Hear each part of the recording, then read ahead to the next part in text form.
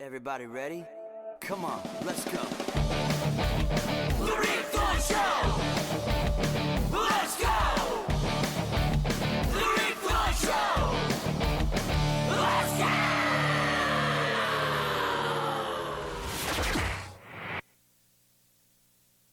So that intro gets me every time, bro. Yeah.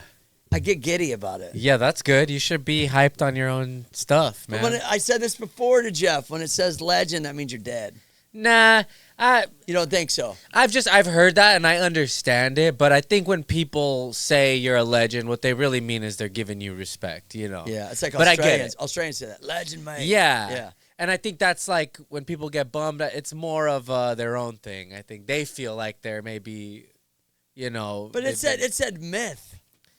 myth, What yeah. does myth mean? That means you're made up. It's not real. The man, the myth, the legend. People have heard tales of your insanity. You know, they saw your, what is it, Scarred episode. If someone What said, was the Joel, fucking... you're a friggin' myth, Yeah. you'd be like, what are you talking about, bro? I've been called an anomaly before. Oh, this is Joel Jimenez, Yeah. by the way. And this Hi. is the Rick Thorne Show. You're here right now. Yeah. And we just can't stop talking. It's That's Joel what- Jimenez, but Wait. How did I say it? Jimenez? Why did I say it wrong all the I time? get it. It's okay. At least you didn't say Jimenez. That's all I care about. Look, People- I'm white, bro. What do you want from me? That's okay. Are you? Yeah, sort of. What is it? How do you say it again? Jimenez, like him. Him. God, when you did the comedy show, I had the same problem. Yeah, I know. I've held on to it since then. No, I'm kidding. I'm over it. It's fine. That's like calling me Rip Torn. Rip Thorne, yeah. Also, whatever. This is a podcast, a different podcast topic, but that can't be his real name. Rip Torn? Yeah. I don't know if it's his legal name. I mean, if it is, he's got some crazy ass hippie parents. Or Yeah, some psycho that makes parents, sense. Psycho parents. Psycho parents. Rip Torn, yeah. Uh-huh. What goes with Rip Torn? Yeah. You know? Well, Thorne was already there. That was his already there. last Yeah, name. that's true. That's true. Wonder what his middle name is. Yeah. It's like if your parents named you Rose. They thought of that. Rose Thorne. Yeah, they thought of that, but it just didn't work. You know what I mean? Yeah. Rose Thorne. Or if the Beastie Boys said, I got this fucking Rick Thorne in my side. Oh my God, it's they a should. mirage. You know, they should. I heard they were supposed to do that. Yeah, Yeah. cool. Elmore. Elmore Listen, Thorne. don't hold it against me, Joel. I love you. I'm bad with names, bro. It's fine. You're didn't lucky say I remembered your Jimenez. first name. That's great. You fucking usually I even forget. How many times do you Jimenez. forget someone's first name? Oh, all the time. And they go, Especially- "Dude, what's up?" And you're like, "Dude, I don't know this dude's name." Yeah, yeah. In comedy, it's tough too, cause like I'll see people for years and never actually introduce myself or know who they like, get to know them. You know, so Yeah. I've been better about it, but I've been that way Yeah. with BMX. yeah, I mean, I don't mean to be. It's of just course. like, No, it's dude, like- life. You're fucking running around. It's Yeah. it's never personal unless it is. But those people are weird. But it's probably good that we probably should know people's names. Yeah, I try. I just saw a thing about like, it was good advice that when you're traveling as a stand-up, you're doing a new club, to get to know the staff there, get their names, and to write it down in a fucking notebook. So when you go back, you remember it. It does matter, so especially some of those clubs that are awesome, you know. Yeah, it actually does matter because have you ever been in that situation where someone actually says your name and you think that they don't know your name? Yeah. And they're like, "Whoa," and you respect that person. Like, "Whoa," Yeah. and you're like, "Whoa," that made me feel kind of Yeah, I'll be important for a second. You know I'll what I be mean? open about it and go, oh my God, I feel like nobody remembers me. It just trips me out. Yeah. Dude, when we talked earlier for a brief second about Mall Cop. Yeah. When we did Mall Cop, Kevin James came in Uh-huh. to the table read and said, "Hey, nice to meet you, Rick Thorne. Nice Yeah. to meet you, Mike Escamilla. Nice to meet you." He's like first and last name. And we were like, Yeah. I was like, how's this guy know? That's why those dudes fucking did shit with their lives. There's something to it, man. And that moment made me feel like, all right. Yeah. You know what I mean? I've Like, heard that about Tom Cruise. You know, think what you want about him. But apparently, yeah, he's real good with that. You'll say something, and then come Christmas, some box will show up with the thing you talked about a year ago. And what a trip. there is a thing, you know? Yeah, I can't even So- remember my mom's birthday half the time. Dude, it took me a very long time. Do you know what I mean? I feel bad. She's my I mom. know. I love her. I'm I not know. trying to be mean, or I just forget. Same. I don't know. Are we I- self-absorbed? I That's don't why. know my brother's birthday. We're self-absorbed, bro. Yeah, We only care about ourselves. I don't know. No. There's only so much computer space, you know? Your face, like you thought of that for a second. You're like, no. 'Cause no, I for no. sure am at times, but I don't think that's like my thing. I don't feel self-absorbed. I think maybe I care more about other people than my own shit, but Yeah. But yeah, the mom's maybe it was like I've been in therapy, but I think a lot of it is like if I know her birthday, then I know how old she is, then mortality and all that. So I think it was Suppressing it. avoidance of that, maybe. Yeah. So that might be it. But Might be. Maybe that's for me too. I don't know. Really. Anyways. Yeah. So yeah, get your.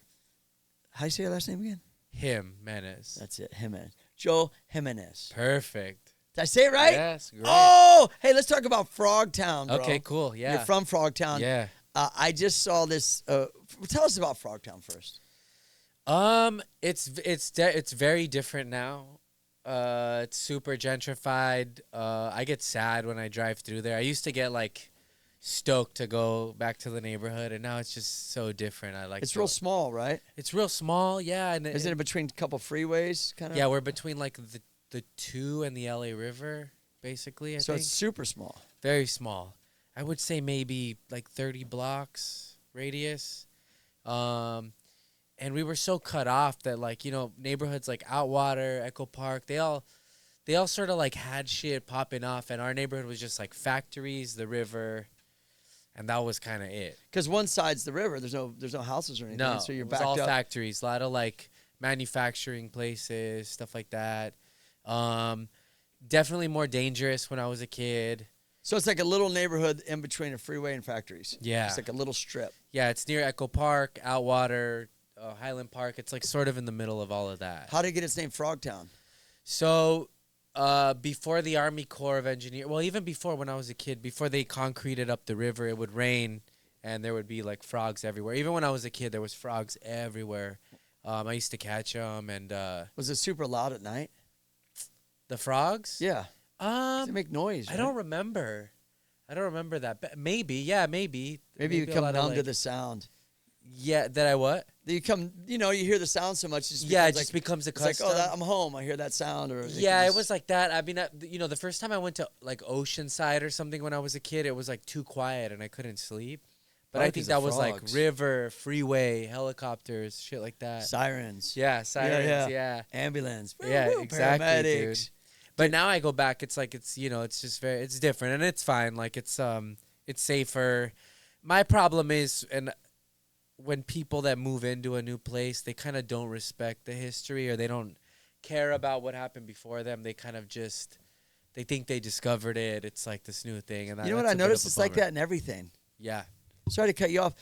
Speaking of BMX, let's say, yeah, on this topic, yeah. I'll say, do you know who Bob Harrow is? Do you know who Joe Johnson is? Do you know who Mike Dominguez is? Do you know who made up the first tail whip? None of these kids know Yeah. nothing because they're just living in the now. Yeah. They're not trying to live in the past. And I think it's like that. Do you see that not only in Frogtown and BMX, say comedy? Do all comedians know other comedians and respect them? Or they're like, no, I'm just worried about right now. I hope so. I don't but- agree with it. I'm just saying, Yeah. what do you think? I don't know. For sure, at least the people I'm around have always had a sort of affinity for what came before us. I think that comes from punk music, from skateboarding. I mean, like, Yeah. I don't know. Yeah, I hope so. You think, but I bet there is a group of like young kids who don't know No. Carlin or Eddie Murphy or any of that stuff. Like, I want to be a star, and I want to be a comedian, and I want to do this. I want to do Yeah. that. I think I want to do this. And there's no reason to even do research. And I think that can be okay, because maybe they're creating this pure thing that isn't like an offshoot of what came before, but you're also running the risk of thinking you came up with some new shit that like Carlin already did. Like 20 years, 30 For me, years that's ago. part. I mean, when I get into something, I want to know fucking everything. Yeah. When we were buying punk CDs, you check the notes and they were thanking other bands. I go check out those bands. Or Yeah. you're watching Welcome to Hell and Jamie Thomas is skating to Iron Maiden. Oh, now I want to see Iron Maiden. And And who's in that band? And yeah, I this remember guy I had like was, an and- Ozfest DVD, and I think it was one of the dudes from Slayer, I think maybe Jeff, had like a Dead Kennedy sticker on his bass, and I was like, oh, cool, like, because I thought the metalheads and the punk people hated each other, and but this guy likes DK, or he's got a TSOL shirt on or whatever, and I was like, oh, there's, these guys actually do respect these bands, and influence too. yeah. So there, I don't know, man. I think. I mean, not to say they Kenny sound like Slayer. No, I'm just saying different. they're still. You could pick your influences a little bit here, a little bit For there. sure. create your own style. I with skating, it was like all the new stuff. I couldn't do a lot of these tricks, so I was like, well, what were people doing like at the beginning? So I went back, watched like Mike V and Animal Chin, and I was like, oh, I can do that. I can learn because it hadn't evolved to this fucking crazy shit. It was still dope and groundbreaking. So I think I took a lot of my skate style to this day is still very like Mike V, like a lot of Awesome stuff like that. It's just fun and Well, that's awesome. I think skating's held on to its like creative side, even though it's super mainstream and it's been mainstream for 20 plus years. It's nothing new, but they haven't let the mainstream dilute like their sport. No, and if anything, we dictate the mainstream, like streetwear, all that stuff. It all comes from skateboarding culture because it's such a like bubble. Yeah, Well, all the public skate parks are a lot to thank from the skaters back in the day. Yeah, because those ones that got together and formed the committees and would go into the cities. Then one city won, and another. Nobody wanted that. Nobody, dude. I grew up. Nobody wanted that. Yeah, but back to Frogtown real quick Yeah. because we're gonna get into your skating, your music, yeah. comedy, everything. I just want to say because the reason I brought it up is I saw something recently that the flea crawl is what you call it. It's like we're Okay. done. We're not doing this anymore. Okay. Because of all the gentrifying and people coming in trying to do so. Oh wow, the flea. You mean the art walk? You do like a flea market, don't you? Or whatever? Oh yeah, that might be part of the art walk, or there might have been something. What's called the flea crawl? Okay, yeah. I think it's like all the studios open up, but I never went to any of those. I was always like, oh, Well, it's like they're popping up and they're selling stuff, and Yeah. there's like a flea market. They just said they're not doing.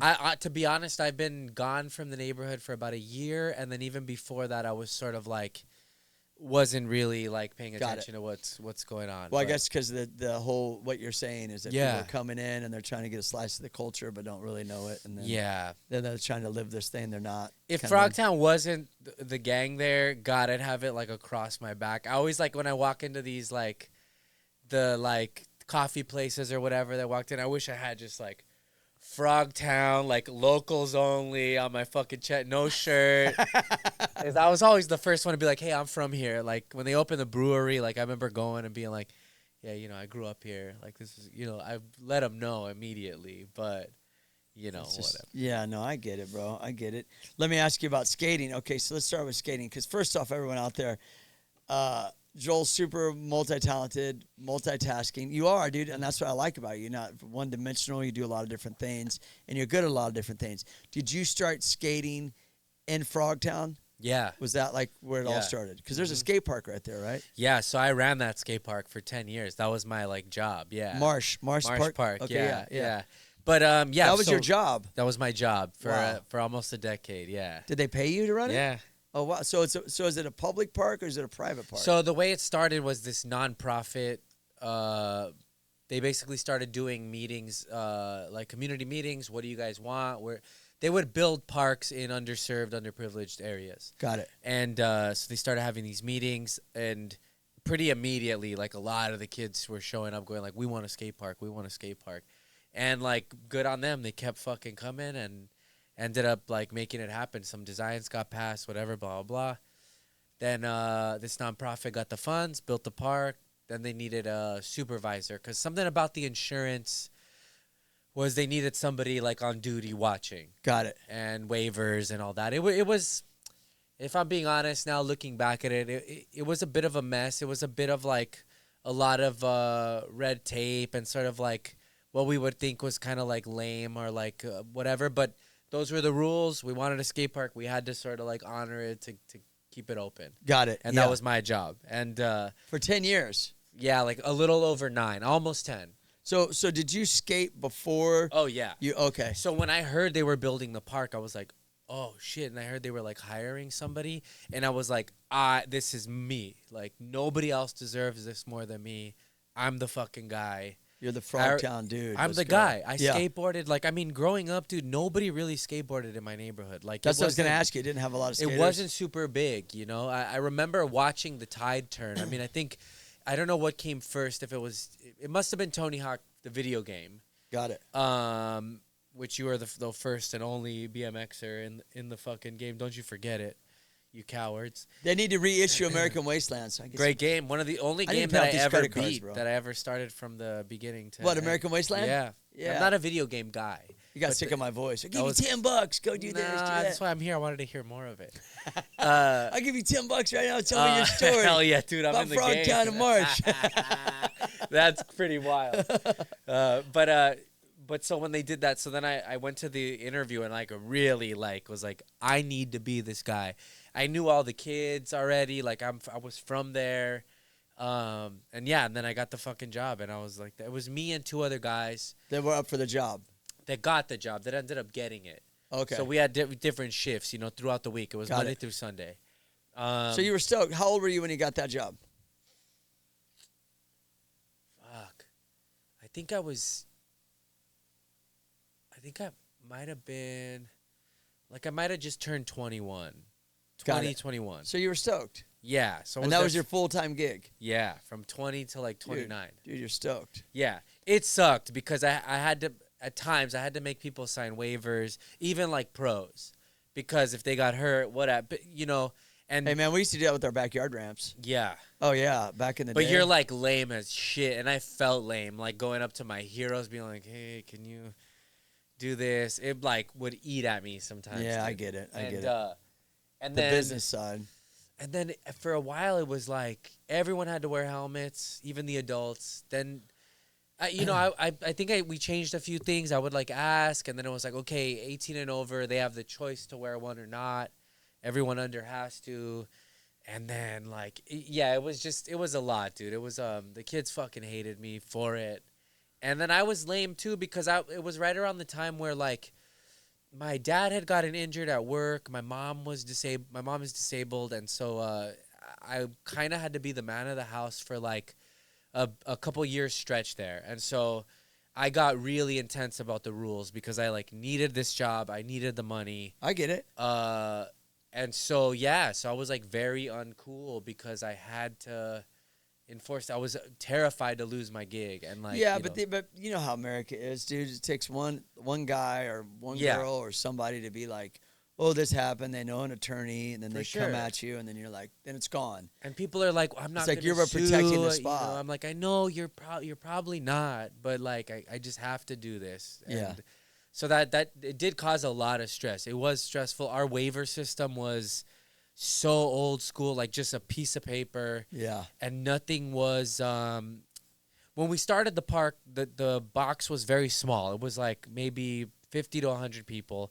Then the park started blowing up, and so the filing system got fucked, and it was just stacks of waivers. So I would literally, if someone came, they said they had a waiver, go through all of the fucking things, shit. and I would let them skate while I was looking for it, and I was like, please don't get hurt while I'm looking for it. Whatever. Oh, wow, I'll find anxiety's kicking I'm in. in the corner just fucking licking papers. You trying to find it. It was fucking towards Old the school. end, dude.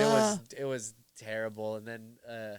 But whatever. But it was fun. I got to see a lot of beautiful stuff, man. I got to see a lot of kids really like find themselves, come into their own, watch kids drop in for the first time, do first That was your tricks. scene, bro. It was awesome, dude. That was your scene, And I and got you're to like- teach a lot of kids a lot of stuff. That was really fun to me. Yeah. And to this And day, you were kind of like in Frogtown. You're like your own little oh world yeah, right I could there, ride right? my bike to work. You were gonna say to this day what? To this day? I cut you off. No, you're good. I to this You day. enjoyed it. You had a good time. It was your scene.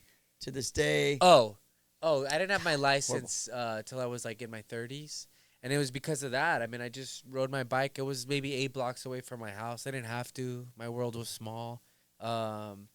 Yeah, dude, it was cool, man. Oh, I was going to say to this day, I'm more stoked by some Instagram video of a kid ollieing for the first time than any of the new skate videos. Like, I love it. It's incredible.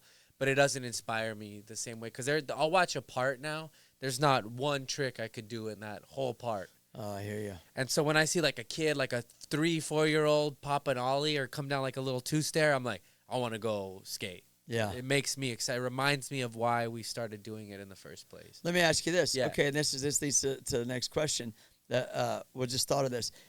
As opportunities there, the level gets higher. Without the opportunity there, the level it excels, but in a different way. Yeah. There's a different mindset.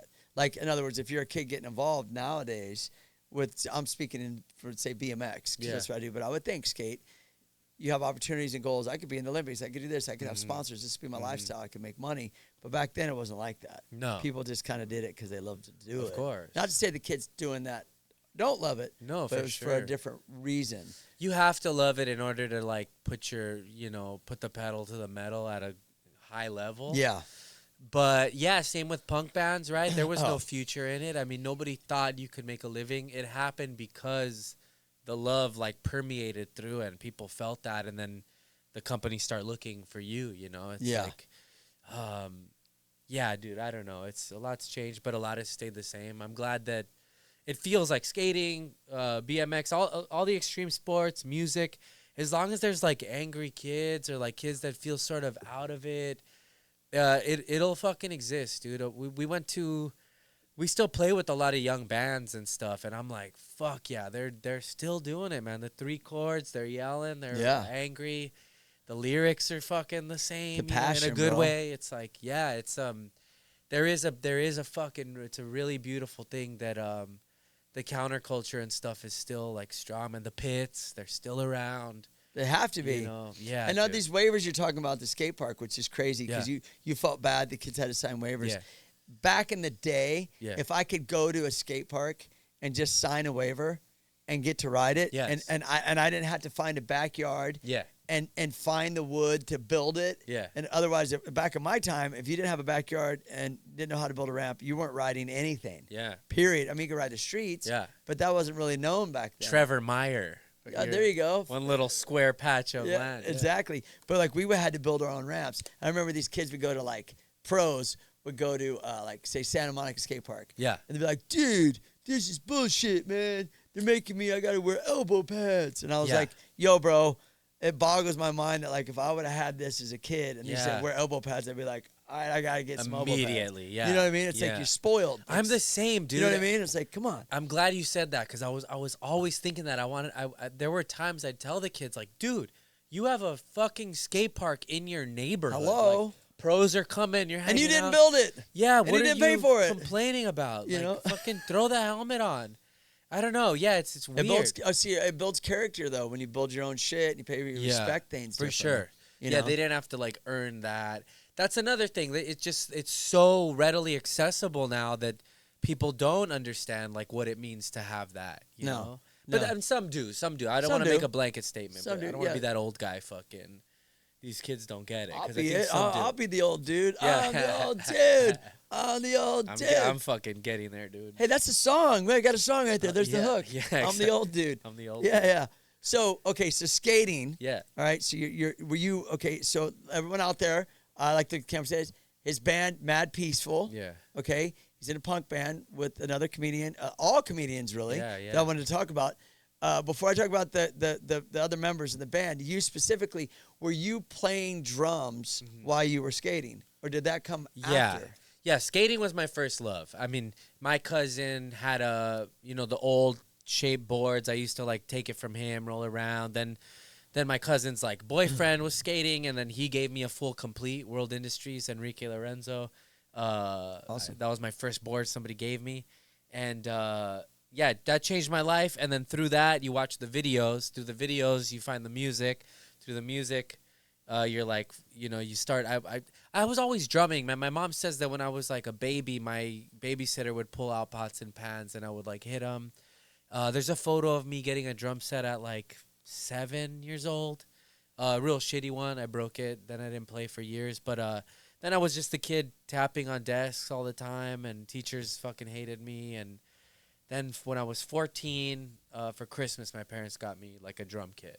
So you had a knack for it. Do you think the skating brought that lifestyle, that expression? Because skating gives you expression and individualism. Yeah, I think so, for sure. Do you think that kind of because in BMX, let's say, like there are guys that play music and have bands, but not many. And so it never was like, oh, BMX and punk rock went together. People never thought that. Yeah. Even though where I was from was like, dude, that was all we did. But we just didn't play music. But we were Yeah. into punk rock. Skating a lot has like skate rock. Yeah. You hear that all the time. Yeah. You never hear like BMX rock. Yeah. Even though that would be cool. Yeah. There's a reason for that. And do you think, and I guess I'm just asking you, is like, do you think that the individualism from skating and the creativeness from that, the music just was kind of hand in hand with that? Yeah, for That sure. kind of like followed suit, like, oh, I should start a band now too. Yeah, I think I was always into music, but I think that you find. I mean, I think it goes back to the whole just DIY thing. You're listening to these bands on these skate videos. Those bands were punk bands, did it on their own. It was more like energy over skill, kind of, and so Yeah. it made you just believe you could do it. So it was the skate videos that got you aware of more of the punk rock. I think so. Yeah, Like some the of them. VHS Yeah. tapes and stuff? You would see it around. I mean, I remember seeing like Misfits logos, shit like that, and you're like, something. What about year was the this? Images speak to you. Man, I'm real bad with years. I was, I want to say I was like in the 6th grade maybe was when Got I it. like became aware of like other music. I remember in the 4th grade I liked like the Wallflowers. Like I had like a tape of that, and I think I might have had like a Bush CD, and I had a friend who was into Corn and stuff. And then 6th grade, yeah, I don't know, MTV, all that shit. But MTV was playing like Marilyn Manson and things like that back then, and so yeah, I don't know. It all just kind of happened for some reason. It all just spoke to me, and I've always felt different. Not in a cool way. Sometimes in like a terrible way where you feel like you don't fit into anything. Welcome to my world, bro. Yeah. Yeah, I'm trying to fit into this podcast right now. Yeah, no, you're great, dude. No, I'm with you. I felt the same way. I think a lot of us did. Yeah, and for some reason I just I found that, and it was mostly punk but just all the weird stuff that kind of spoke to me. I can't even like put my finger on why. It just did. You were attracted to it. Yeah. Same with me, man. I think just with that, you just see things, and you want to express yourself and be part of something. What you said is, not fitting in is like, I was talking with Jeff with that. I was saying, man, people always look at me like I'm crazy, but I was like just trying to figure you out, or like, Yeah. imagine if you walked in a room and nobody noticed you, right? Yeah. We talked about that last podcast Yeah. too, but it's like, I'm not going out of my way to like not fit in. I just sometimes like my personality sometimes doesn't fit in at all. It's too Yeah. much for people. Yeah. You know what I mean? For sure. And so do you ever feel like anything you do makes you feel that way? Yeah, absolutely. Well, what is it? Everything, man. Yeah. I don't know. Yeah, that's and that's hard to pinpoint too. I don't know. Maybe I'm too I'm a real panicky guy. I'm working on it. I'm in therapy. I'm fucking doing all that Oh, stuff. you are but like, yeah. oh, okay. But like so I was diagnosed with panic disorder in like the 4th grade, and like clinical depression, all that stuff. And then I like thought I was healed. I found skating, found drumming. I had like an outlet. But then the older you get, bills, rent, shit like that, it comes back and bites you. And so I think sometimes the things I worry about sort of freak people out. They're like, dude, relax. I'm like, I wish I could. I'm doing my best. I really am. Do you feel like that holds you back?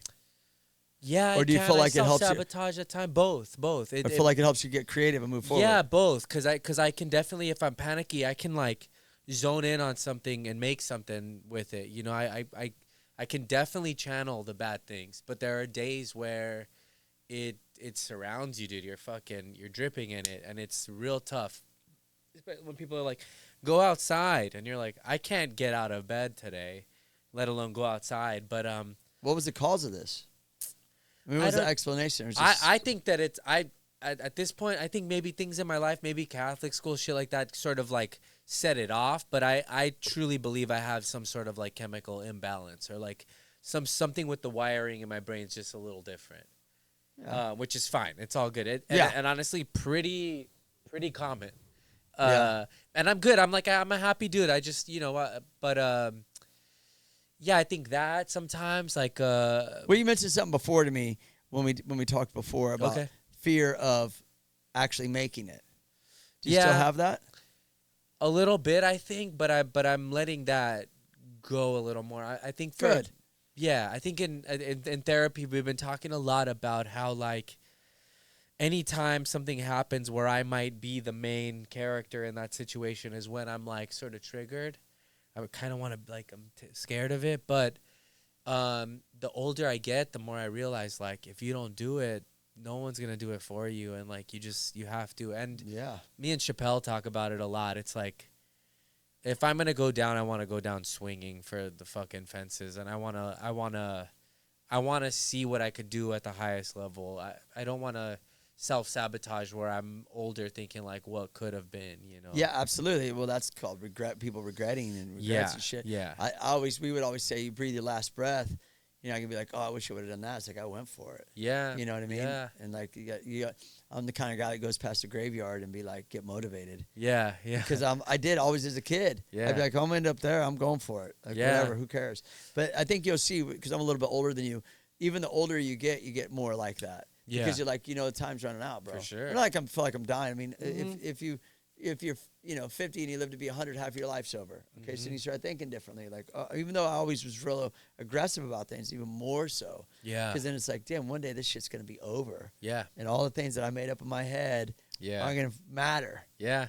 So I'm glad to hear that you aren't as afraid of that success that you expressed before. No, I want it more than anything, you know. Good. It's like and just it comes with doing little things and try slowly, you know, like we were just talking about Punk Rock Museum. Like it was one of the first things that I sort of handled all this stuff with, like the booking, the whatever, the getting it all set up. And I remember like telling Chappelle, and he was just like, oh yeah, like I wanted you to do that so you could like, you know, learn how to do it and all that. And I was like, oh cool. And we did it and it was a success. And so by doing those little things, I'm just learning like how capable I can be when I try my best. You know? Apply yourself. And I think I fucking do. You know, I apply myself quite a bit. You know, for the most part, I think I'm like 99% locked in, going for it. It's very rare that I'm sort of like down. Got down. It. Yeah. I'm Let not me like ask a you this: do you spend a lot of depressive time by yourself?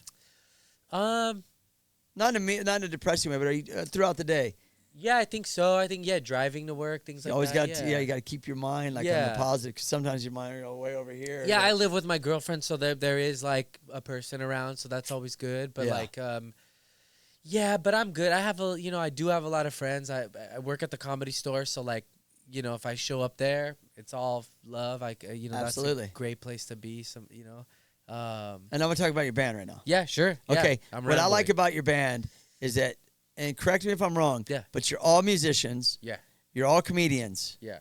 And you all play different instruments. Yeah. And I've never heard of any band like that being that perfect. Yeah. For so, that fit. Couple things. Our guitar player Chris was part of a musical comedy act. He doesn't do stand up anymore. He doesn't do comedy anymore. But he did. But he did for a while. Okay. Now he's our guitar player. Our friend Chase, who's our guitar player, he did stand up back in the day. Now he's just a musician. So, Got it. But active comics, me, Chappelle, and Ryan Clark, our bass player. Yeah. Yeah. And Ryan works at the Improv. Ryan works at the Improv. And you work at the store. Yes. And so is there? Let me ask you: is there always a division between those two?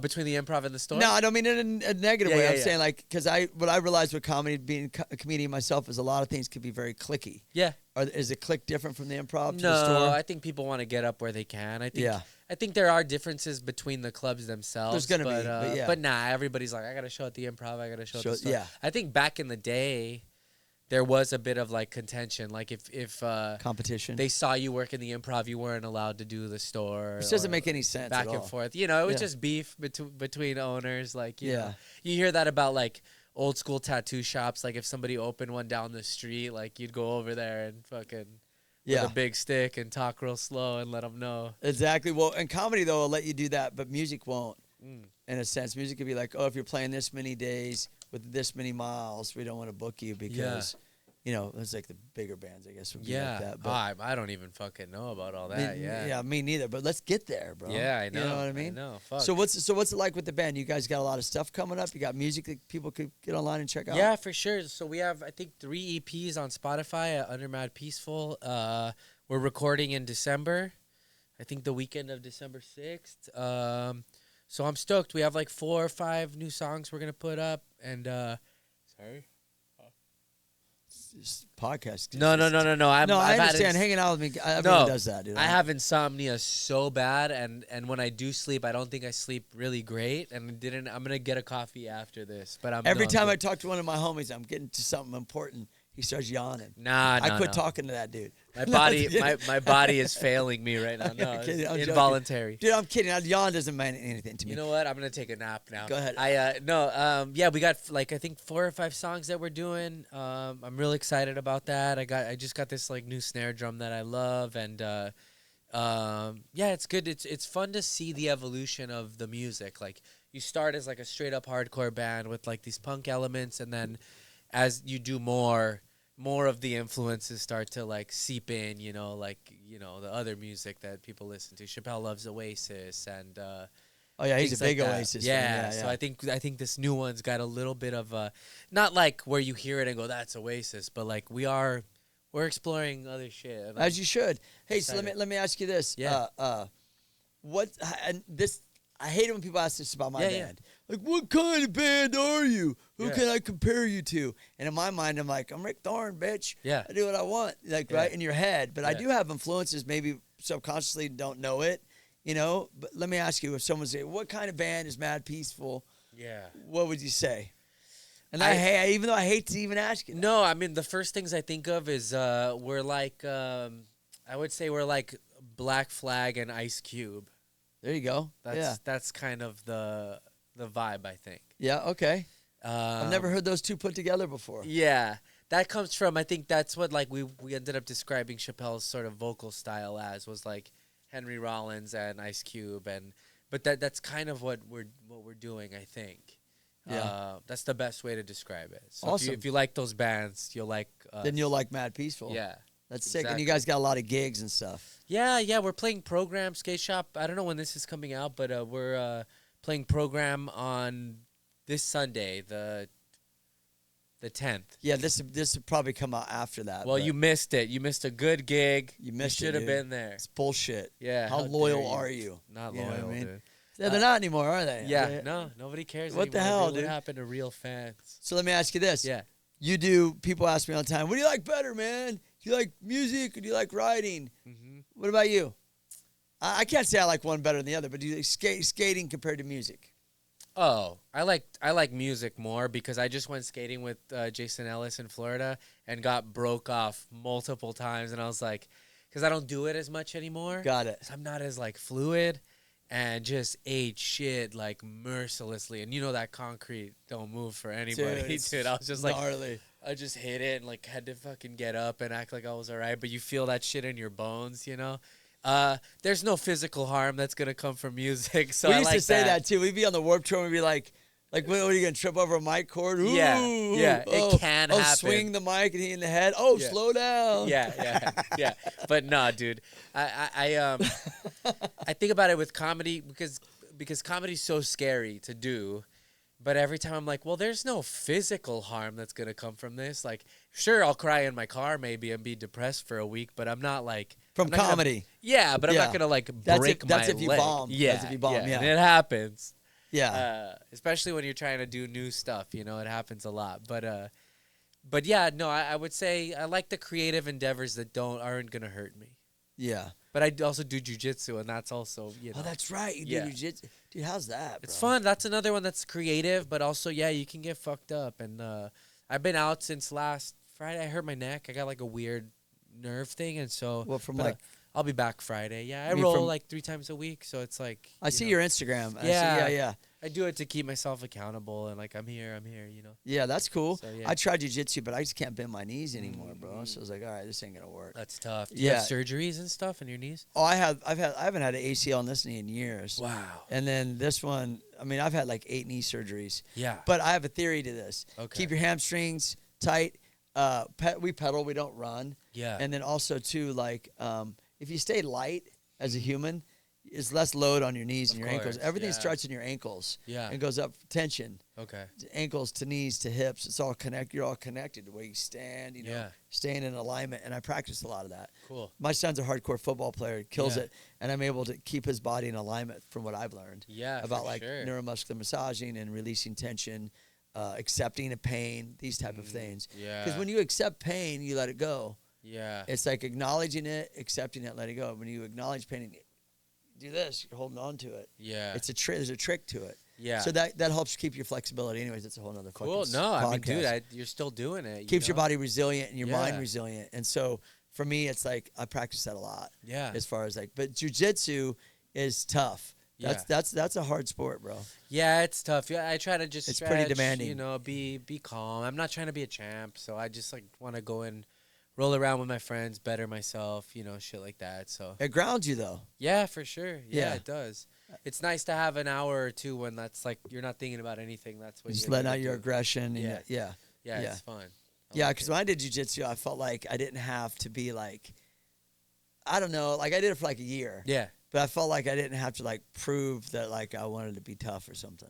Yeah, I don't Like either. it humbled me Yeah. in a weird way. Yeah. Not that I was always that dude, but I was kind of smart ass and I was Yeah. trying something to prove. I'm the And then silly guy there, dude. I'm not. There's not a lot of like these like tough like alpha type of dudes at the gym, but I'm just like completely the opposite. I'm tickling people and fucking acting Having fun. Yeah. You got Chappelle in there doing I jiu-jitsu want yet? him to. He keeps saying. We keep trying. One of my trainers keeps trying to get him in there, but he's got good like base because he was a pro cheerleader. Yeah. So he's like got real good balance. He is hard to sweep, like to get off his legs, you know. Got it. Yeah. But so I think he would be like pretty beast. Pretty good at it. I think he could get like a blue belt in like 6 months or something. You know? How long does that normally take to get a blue belt? It took me too long, dude. Yeah. No, I think they say A year or something? like a year to 3 years or something. I think it's because the pandemic, all that shit. I was out in and out, and then What belt are you again? I'm a blue belt now. Oh, yeah. cool. So then comes after blue. Purple, And then that? brown, and then black. Okay. Yeah. Cool. It's a crazy journey, dude. Dude, it's insane. Yeah. Yeah, it's insane. So So we'll you got see. jiu-jitsu, you got band, Yeah. you got skating. Yeah. Not as much as you'd like to do, but you still Yeah. skate. You Yeah, still yeah, skate. yeah. You I still love get out it. there. I have a board. You have your relationship. Yeah. And you do comedy. Yeah. I want to talk about your comedy. Sure. And this is one of the reasons why I love you so much, because you just do. We have this parallel doing so many different things that Yeah, are all yeah. connected. For sure. Because don't you think music and comedy and sports, they're all connected? They all have different lingo, different way of things, different motions, but you're expressing yourself. Mm-hmm. You're Yeah, getting for that sure. expression, right? Different ways. Yeah. Right. So comedy. How long have you been doing comedy? Oh my God, it'll be I think 13 years in December. Oh, okay. Yeah. Awesome. It's crazy to think about. Yeah. How did you December start? 21st, 2011. Oh, you That's when I remember? started. Yeah, I wrote it. I remember writing it down. Right before Christmas. For a while I had a book. I would write down every set I did, and then I lost it. But I had a good like log of the first maybe 6 months or something like that. Got it. I started, I think my whole life I wanted to be a comic. I just didn't know it. I was real into Jim Carrey and In Living Color, and Oh yeah. my that's mom was, they're my parents are funny, and but I thought it was impossible, dude. I thought it was like superhuman. I guess I didn't realize they were like writing the shit. I thought they were just like that fucking good at talking, and so whatever. Fast forward, I was doing theater for a while. And one of the guys who was working backstage at theater was doing improv. And he's like, hey, I go to these improv classes. They were in Boyle Heights. It was like a place where it was like donation based. And the teacher had went to UCB and Groundlings and Second City, saved his notes, and basically taught a free class for the community with those notes. Okay. So I went there. And that's when I started realizing that things that I said made people laugh. And so I was like, oh, shit, like maybe. This could be something that. Yeah, and podcasts had just kind of started kind of getting bigger. And so I was listening to these comedy podcasts, and they were talking about open mics and this and that and this place. And so I went to this place where I heard on a podcast they did open mics. And I think I went the week before with like a case of beer and just like watched. And then I was like, fuck, I think I could do better than these guys, Because there's a lot of funny people, but there's a lot of people where you're like, oh, I could do better than this. Yeah, there's So a it's lot of I could do inspiring better than this. sometimes. Yeah, especially open mics. You're Yeah. just like, open mics are brutal, They bro. can be, yeah, for sure. So I did that. Then I went back the next week. It was a raffle. They didn't call me, but this guy was in the lobby handing out flyers for another one. And so I was like, okay, fuck it. So I got that. I went that day, went up for the first time. I think I did like 3 minutes. It didn't go terrible. It wasn't good. Like if I listened to it now, I'd probably be like, oh my God. But I remember walking off stage, going pee, and going like, I'm a comedian.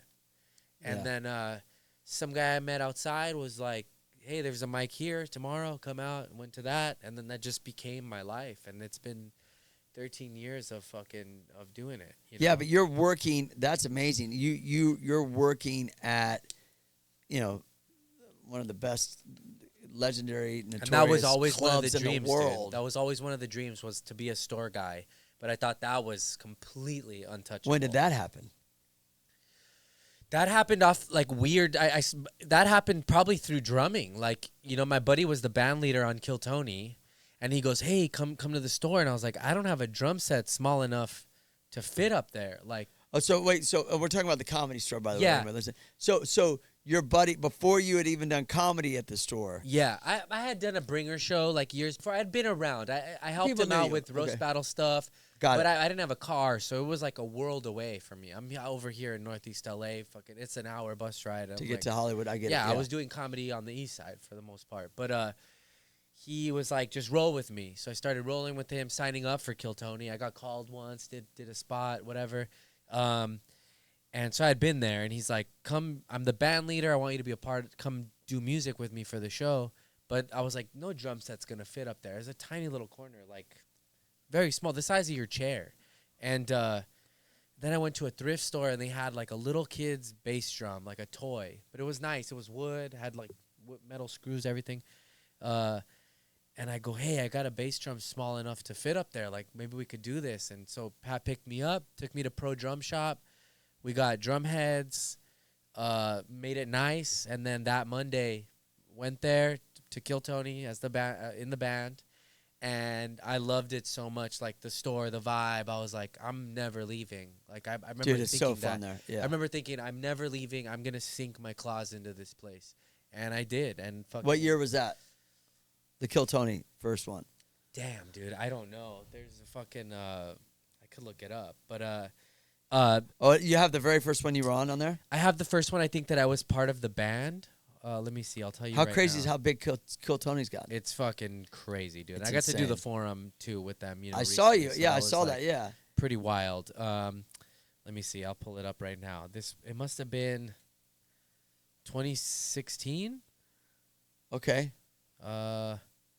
Yeah, 154. Episode 154. That's when you came on. Yeah, it was like 2016. Yeah, Drumming. yeah, And there was already 154 episodes. yeah. And they had no band up until that point. They had just Pat on guitar, Got it. Okay. and I think Jeremiah might have started to slowly like come in. Got it. And yeah, and then I started making jokes. I would like feed jokes to Pat. I go, hey, you should say this, and he would say it, and sometimes it would bomb because by the time I whispered it, he said it. It Timing was was too wrong. long, Yeah. and it wasn't in his voice, so whatever. So I think he got sick of the jokes bombing one day, and he looked at me and he goes, "You should say it." And I got up, said it, it popped, and then I got this like confidence, like, oh fuck, I could do this. Started just like doing jokes every week, and then kind of crushed it the first few Awesome. weeks, and then episode 200, I got my own mic, started touring with them. Pandemic, everything, they move. I'm sort of like, I'm working at a tattoo shop. I'm delivering wine. I'm sort of still a comic, but not doing it as much. Because of the pandemic. Yeah, doing outdoor shows, shit like that. And then I got a text asking me if I'd ever thought about being a door guy. And I was like, I think I have to do this. And so, yeah, I showcased. I went to say thank you for the time, and they asked me if I wanted to work there. And I was like, yeah, let's do it. And then so now I'm there, dude. And it was just like this long, I mean, I did Kill Tony there 6 years or something. So, you know. And Takes a while. Yeah, and a lot of people told me, too. They're like, you could have been a door guy years ago. We just thought you wouldn't have wanted it because you were already touring, doing this stuff. Yeah. But that just speaks to, like, what people's perception of your life is and what it really Yeah. is really like. But Let the people know, though, how important or how like big a deal that is to be a door guy Yeah. at the Comedy Store. They might not know. the best way I've heard it described, and I tell people this, is it's kind of like the Ivy League for comedy. It's like, Yeah. you know, I didn't go to college. I dropped out of high school. It's like, this is like going to Harvard for comedy. That's the closest thing. some people might think that's laughable, but I think that that's like the truest way I've heard it described. And so like A lot of people have come up being the door guy. yeah, and Yeah. if you're not sort of like popping from TV or Netflix or things like that, and even some of those people aren't past. One of the only kind of true pathways and systems to become a paid regular at the store is to be a door guy. Yeah, that's And where it so starts. I'm very, very grateful, very proud of it. I hold the store in like high regard. It's a legendary place, legend. Yep. And yeah, see, yeah. but it's still there. But you said legendary. See, that's different. yeah, If you say legend, it's like you would say, "Oh, the comedy store's legend, mate." So if somebody said, "Man, you're legendary," you would feel better about it. Yeah, I would feel more like royalty. Okay, Yeah, cool. yeah. All right, cool. Great. I would feel like, all right, now these guys are getting me. Okay, cool. You heard that. The legendary Rick Thorne. Yeah, legendary. We didn't change the friggin' title in the beginning. Okay, Anyway, so cool. back to I'll back take to the 10% of store. that. But I just the respect I have for the place, and like since I started, I just wanted to be there, and now I'm there, and so I'm in the arena, so I just gotta not drop the ball and Yeah. keep it pushing. I think things will. Yeah, you're a happen. likable dude though, and you got yeah, you're a likable dude. See, that's better. I could say this: you're a legendary dude. Cool. Yeah. You're a likable dude. Yeah, legendary, likable dude. Oh, you could put them both. No, that's next level though. LLD, We haven't even got to that yeah, level yeah. yet. That's That's for, like in the Rodney 80s. Mullins of the world. Oh yeah, right, exactly. So comedy store. So I did. So when I met you in 2019, you had just been doing Kill Tony for a few years. Yeah. Yeah. Because like I did 4 Kill years, Tony in 3 or 4 2019. years, I know yeah. what the hell I was doing. Yeah, And it's so hard to do my style of comedy in a minute. of course. It's tough. So it's more like Yeah. they set you up to interview you, yeah. and then but it all went well, and like sure. it was but it was like it was I knew hard. you from BMX, from when I saw you come up, or like when I met you, I was like, oh yeah, I know this guy. So that was a trip too, just being there, meeting people. You, Wee Man, Cossack, Peanut from 311, like Oh, he's badass. they were yeah. just it's shit still that way, swirls though. there, dude. People yeah, yeah, it's yeah. amazing, dude, and you never know what the fuck could happen. And Who else has come up through being a door guy? Yeah. I know, but I want you to say Yeah. too. Mark Maron, Yep. Bobby Lee, Yep. Ari Shafir. Who else were door guys? I think Kinnison was a door guy. Wasn't that one dude that was Letterman a door guy or no? Maybe. Or what- Robin what- Williams might have been a door guy. Well, what's his name that has a car collection? Oh, Leno? Yeah, Jay Leno. He might have been a door guy. It's tough because it got blurred, I think, in the 70s. There were, like, the regulars, and then there were people that worked there. But there's a great book called I'm Dying Up Here that you should read if you haven't. Oh, It's- sick. Okay, It's yeah. about the history of the store in the 70s and stuff. Oh, that's a good. Um, I'm dying here. I'm Dying Up Here. dying up here. Okay, Yeah, cool. they made a show. It's a cool book, dude. Yeah, a lot of fucking legendary people. Jesus Trejo came up through there. He's killing it Frank right now. Castillo. Yeah, dude, they're all fucking. Wasn't he just in a Verizon commercial? Maybe. Was that probably. him? I felt like that was him. There's this Verizon commercial, and it shows this dude with a beanie and glasses, looks just like him. Very, very. Half of yeah. his face reached up to grab a phone. I was gonna ask him if I see him. Like, were you in that Verizon commercial? Because He does a lot of stuff, dude. He's written 2 children's books now. He had a show on like PBS. My mom she loves him because he reminds her of a guy that grew up down the street from us. So she's always like, hey, I saw him on TV. Always texting me and like, yeah, dude. And All these people are great, but you're gonna blow up through there too. I hope so. Yeah, I'm that's working what's on it, dude. that's yeah. it. Yeah. You know what? Even in a small scale, I've been lucky enough to just go do road gigs, headline on the road, make money, any sort of money from stand up, be able to have this podcast with Chappelle and like get. Oh yeah, yeah. CJ What's the name on. of the podcast? Lesser again? known characters. And what's it keeps turning. And I have another one called Dogs of Browntown. But you know, when people ask you like, oh, have you made it? And you really have to think about like what your definition of make it is. And if the definition is to have a happy life where you're doing what you love, then if you're doing that, you've made it in a sense. Maybe you don't have the money. I would love that. Please send me $1 million. Yes. No. 10 million. Keep Yeah, going. 10 million. Inflation. Keep Yeah, going. 20. We'll split it. Yeah. But yeah, even on a small, like I do feel like the roller coaster's, it's climbing. Yeah. I'm working towards it. You got your hands in a lot of different things, and For that's what sure. you got to do. But also. But you would do it anyways because you seem like that kind of guy. Yeah, and at the moment, I'm happy to be doing what I'm doing. So that's, that's great. And that's how I want to look at it. Yeah, I believe this thing, it kind of correlates with what you're saying, is people always say, I want to get to the top, get to the top. And I saw this documentary, I forgot the name of it, but it's about an old school Japanese sushi chef. Uh-huh. And he talks about, man, it's Hiro dreams of sushi? is that it? Yeah. Didn't he say, and don't quote me, but I felt like he said in there that there's no such thing as the top. The top of what? Yeah. And like meaning that like I think I saw this documentary, so I'm pretty sure I did. But if not, here's how I look at things. The top of what? Once you get to the top, there's nowhere to go. Yeah. So it's like I tell my son this with football. Let's say, oh, Tyreek Hill, he ran 24 miles an hour. Run 25. Yeah. Run 25. Run 26. Yeah. Run 26. Run 27. You're like, oh, you're crazy. It's like, no, it's the as an artist, you never feel like you make it to the top. Because the top, think about it. Once you get to the top, you look like you want to keep going. And so I've there heard is from no people top. like that There is no that top. is some of the most depressing moments of their life when they achieve what they thought was the top and they're still sad. Yeah. And you're like, oh, well, you didn't enjoy the journey or you didn't like look at what's next or yeah, that's a good one. I mean, yeah, what the top of what? There's no such thing as the top. Yeah. There really isn't, because it's like you're always wanting to be better, always wanting to explore, always wanting to create.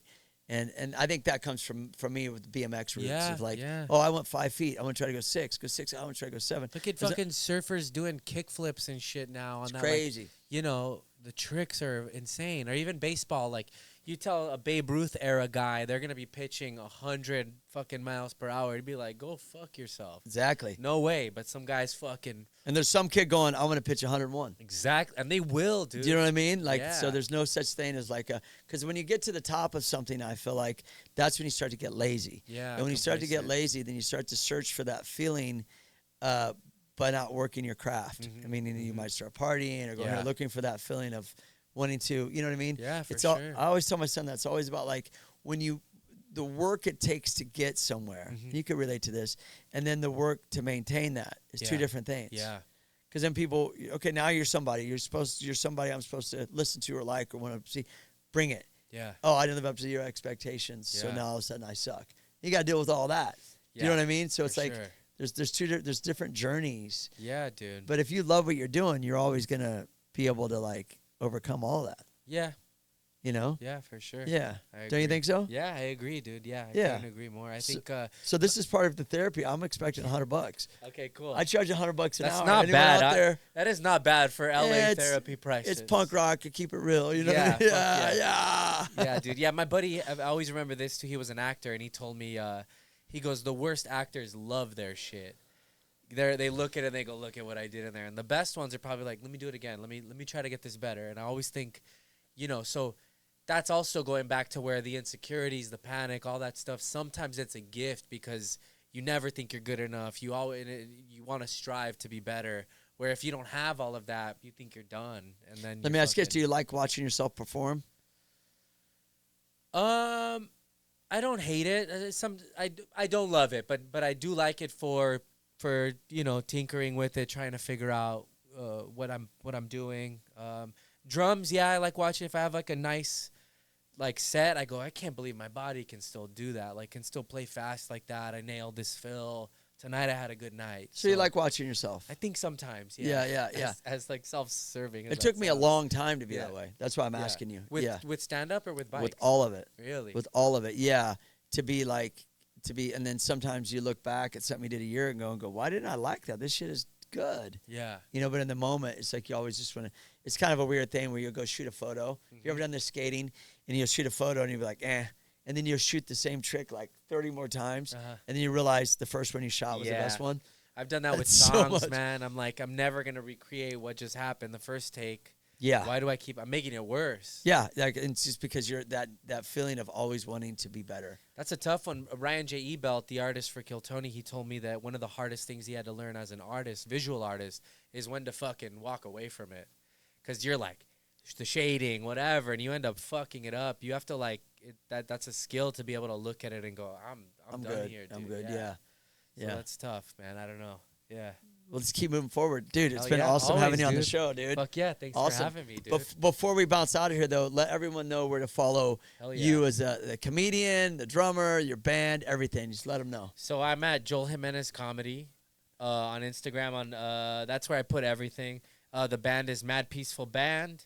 My podcast, Lesser Known Characters Pod on Instagram, whatever, you'll find it.